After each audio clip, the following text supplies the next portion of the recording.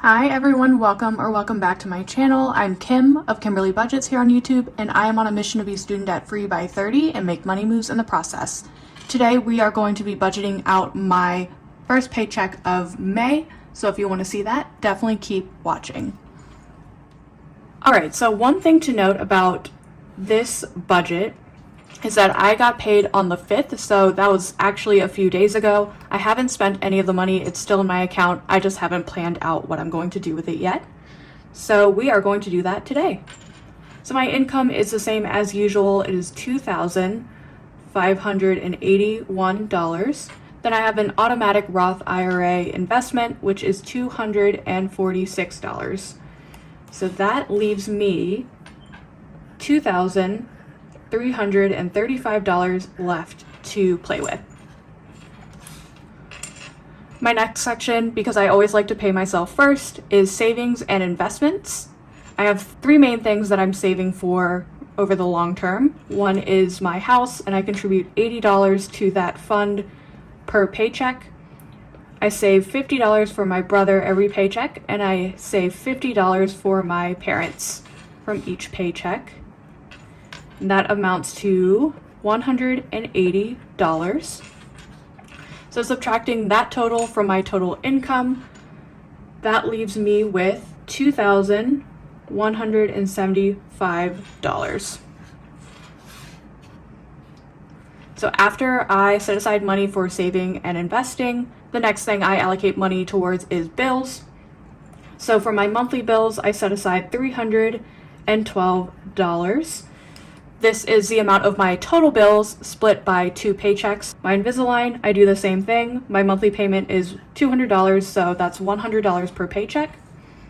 Annual bills gets $15, so any kind of annual fee that I have attached to a subscription or anything like that goes into annual bills.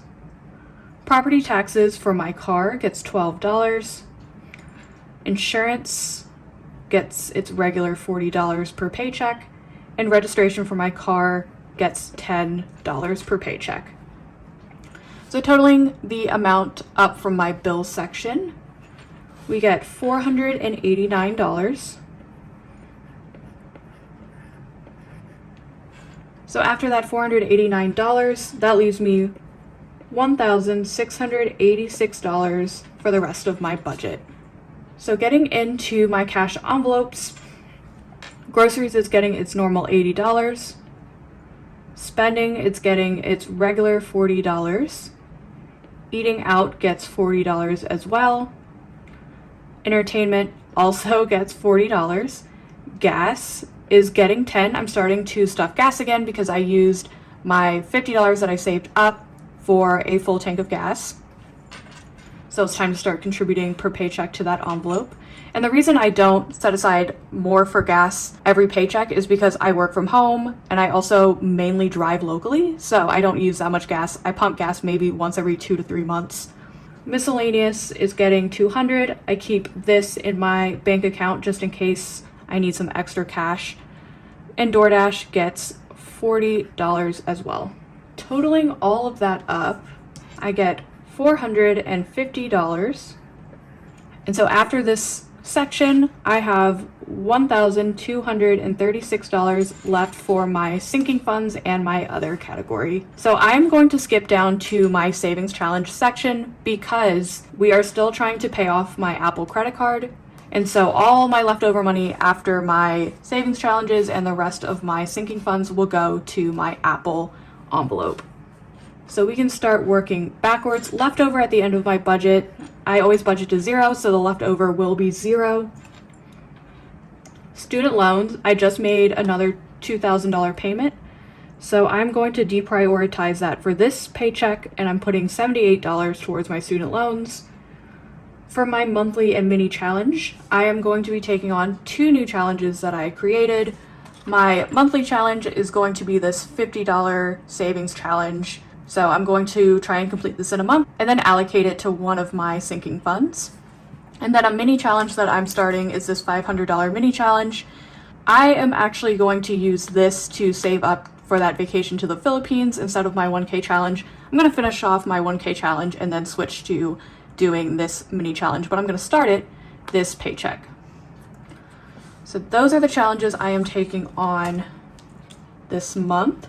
So for monthly, I'm giving it 20. For mini, I am also giving it $20 to start. For 100 envelopes, I am giving that 95. We're working our way through the 90s and now we're on 95. For 1K challenge, I'm trying to pick up the pace a little bit so I can just get that over with, finish it off. And I want to use my 1K challenge in the future for my student loans. So I am going to be finishing up my 1K challenge as soon as possible. We are not going to be contributing anything to luxury this time.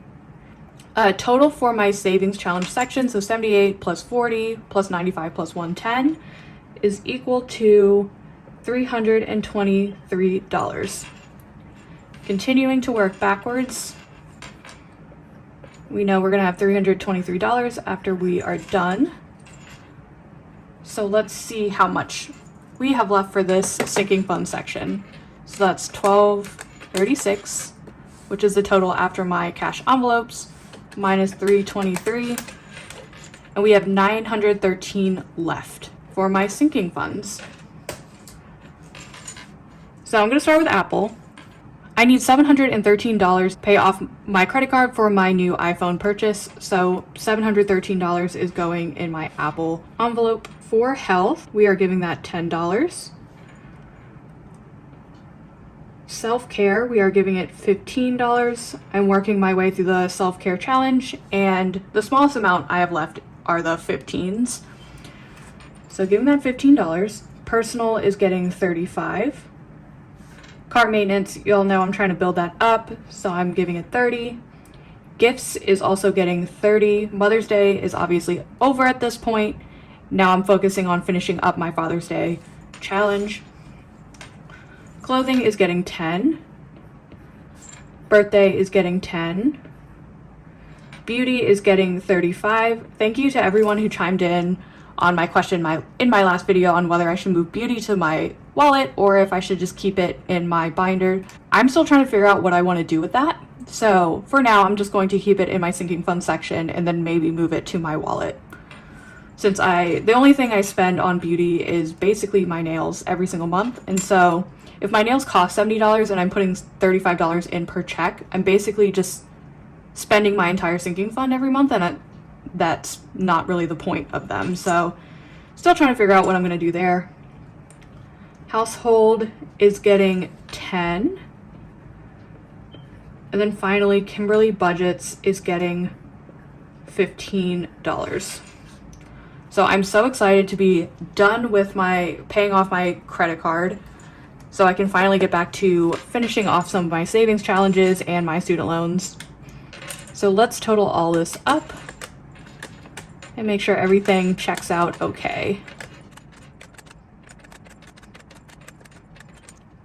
The total for this section is $913, which is exactly what we had left after we subtracted $1236 from $323.